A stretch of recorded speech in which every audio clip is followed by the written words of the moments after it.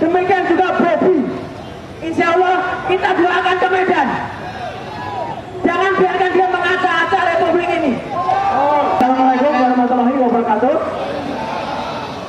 Alhamdulillah, saya mohon izin dulu untuk para senior, para bapak-bapak, jenderal, untuk ibu-ibu, untuk mak-mak, dan sahabat kita semuanya yang sampai dengan siang hari ini kita masih tetap tegar berada di depan gedung KPK. Ya, saya mohon izin agak terlambat datang. Karena apa? Ini satu berita yang sangat penting. Barusan saya dari gedung KPU, Komisi Pemilihan Umum.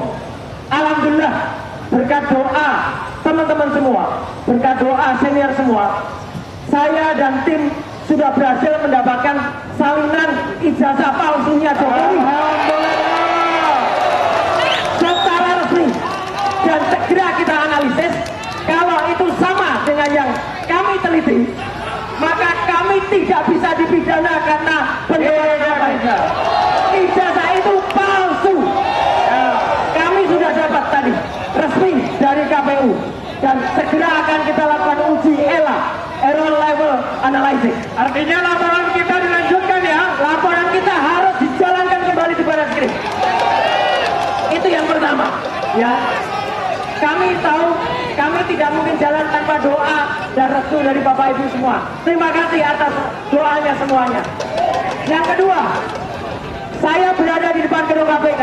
Musuh kita bukan hanya Jokowi, tetapi musuh kita semua yang ada di kanan kirinya ini. Ya. Ini adalah dinasti Jokowi. Ya. Kita ulas satu persatu. Jokowi Dodo sudah jelas. Tadi sudah banyak sekali yang disampaikan. Apa yang sudah dilakukan untuk menggarang Republik ini terlalu banyak yang dilakukan. Dan kita tinggal tunggu KPK untuk berani maju. Saya juga percaya, bapak-bapak, ibu-ibu dari kepolisian, saya percaya di dalam hati Anda yang paling dalam, Anda setuju dengan kami. Tapi karena Anda masih tugas, kita juga menghormati Anda. Setuju? Tapi Anda adalah Polri, Polisi Republik Indonesia, bukan POLRC, bukan Polisi Republik Jokowi. Jadi tolong berpihaklah kepada rakyat. Kami tetap akan tertib, kami tidak akan rusuh, kami tetap akan sesuai dengan protap, sesuai dengan prosedur. Yang selanjutnya adalah, selain Jokowi, sekarang ada anak haram yang lagi menduduki sebagai orang nomor 2 di Indonesia. Barusan saja kita melihat sebuah berita yang sangat tidak masuk akal. Pembelaan sebuah kampus di Singapura yang katanya dia lulusan kampus MDIS. Tidak benar sama sekali. Mau dia lulusan S1 dalam Undang-Undang Pemilu nomor 7 tahun 2017, seorang calon wakil presiden atau capres harus punya ijazah SMA atau SMK atau sederajat. Saya bisa pastikan 99,9% Gibran tidak punya ijazah SMA. Tidak ada. Sistem pendidikan di Singapura dan di Australia beda. Mereka kena yang namanya O-level, artinya hanya SMP plus 1. Maka kami juga akan ke Kementerian Pendidikan Dasar Menengah. Kita berikan doa kepada Prof. Abdul Mukti untuk membela kita. Karena Prof. Mukti mengatakan ini kerjaan menteri yang lama. Yes. Apa yang dilakukan sudah masuk karma. Orang yang menandatangani penyetaraan yang namanya Dr. Susanto sekarang lagi diperiksa KPK juga. Angkat atas korupsi Chromebook bersama dengan Nadiem Makarim. Jadi artinya Tuhan Yang Maha Esa, Allah Subhanahu Wa Taala, insya Allah bersama kita. Selanjutnya ada orang yang partainya gajah. Gajah nggak punya ijazah ini ya. Ini jelas laporan Ubaidillah Badrun atau Ubed. Saya juga bantu support. Dia kemarin beberapa waktu yang lalu pergi ke Amerika dengan menggunakan pesawat milik Gang Ye. Gang Ye itu pengusaha Singapura yang punya pesawat pribadi. Itu gratifikasi, jelas. Tidak ada yang tidak bisa membuktikan itu tidak gratifikasi. Hanya KPK belum berani melakukannya. Demikian juga Bobi. Insya Allah kita doakan ke Medan.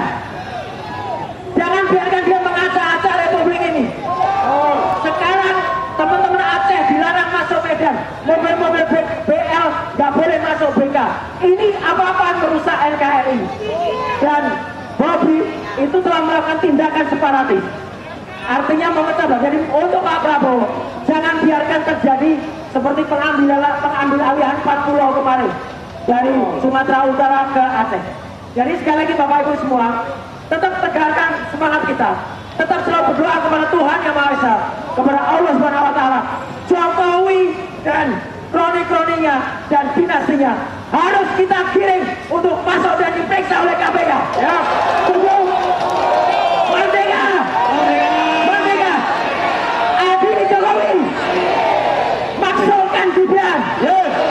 Adili Jokowi, maksulkan Gibran. Terima kasih. Wassalamualaikum warahmatullahi wabarakatuh. Baik, kami minta langsung Bapak Pak Didu. Assalamualaikum warahmatullahi wabarakatuh. Bapak dan Ibu Polisi Kurnia Kata, saya Betor Kurnia harap tenang saja, karena kami tidak ada niat untuk masuk gedung KPK. Karena saya menganggap pimpinan KPK sekarang lebih pantas berkantor di Solo. Kami datang ke sini menghormati gedung negara, bukan pimpinan KPK. Atau mungkin saja pimpinan KPK lagi ada di Solo sekarang.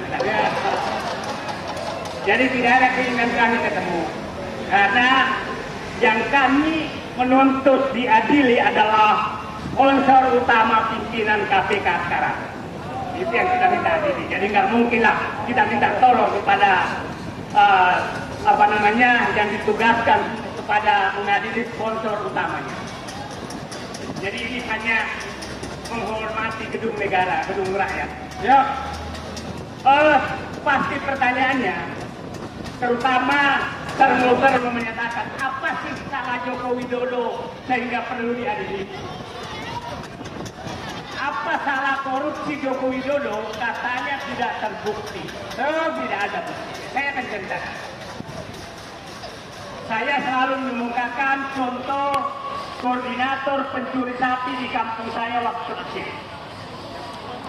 Dia tidak pernah mencuri, tapi semua hasil curian anak buahnya dia yang menikmati. Penada, ya? Penada. Bukan penada, aktor. Dia pelindung. Dia kalau ada anak buahnya ketangkap, dia datang membebaskan anak buahnya. Tapi kerjanya hanya menyumbang ke masjid, menyumbang ke sekolah, dapat nama baik, tapi tidak pernah mencuri. Saya bukan menyatakan Joko Widodo seperti pencuri sapi, saya hanya menceritakan kelakuan pencuri sapi. Nah, sekarang kalau rakyat bertanya apa salah Joko Widodo sehingga terjadi ini, Pak Joko Widodo, kami hanya bertanya, kemana uang utang yang Anda naikkan 3 kali lipat selama Bapak menjabat? Kemana jutaan hektar hutan, jutaan hektar tambang yang Bapak bagi-bagikan itu selama Bapak menjabat?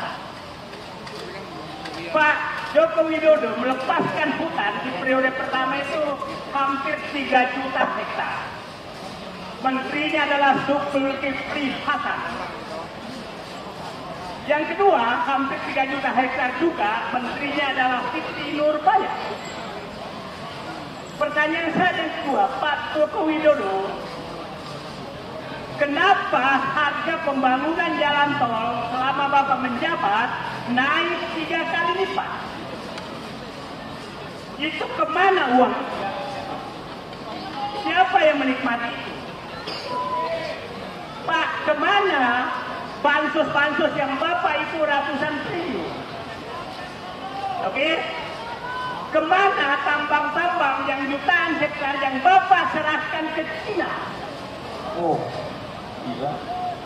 Kenapa penyelundupan tambang yang dibuka sekarang juga Bapak tidak mau lakukan?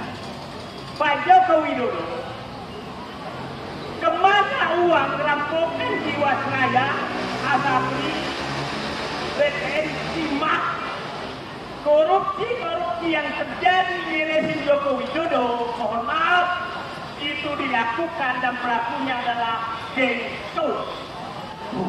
Jiwasraya dari sana, Taspen dari sana. Sekarang masuk wilayah-wilayah yang terungkap sekarang itu semua mengarah kepada kekuasaan Jokowi. Oke, kritik siapa yang dekat? Ketika ada sesuatu yang tidak benar, kita suarakan. Ya bagaimana semua terangin dia sedungu ini? Ini manusia pecundang yang sangat merugikan bangsa kita ini. Saatnya jadi member eksklusif di channel YouTube Official iNews. Tantang lagi para nabas sumpah di antara Al-Quran. Dia pengen masuk TV. Konten-konten premium yang tidak tayang di TV. Live interaction. Halo pemirsa iNews, ini baru selesai. Emoji dan badge spesial. Reakses konten pilihan. Klik YouTube Official iNews. Join member hanya Rp10.000 per bulan.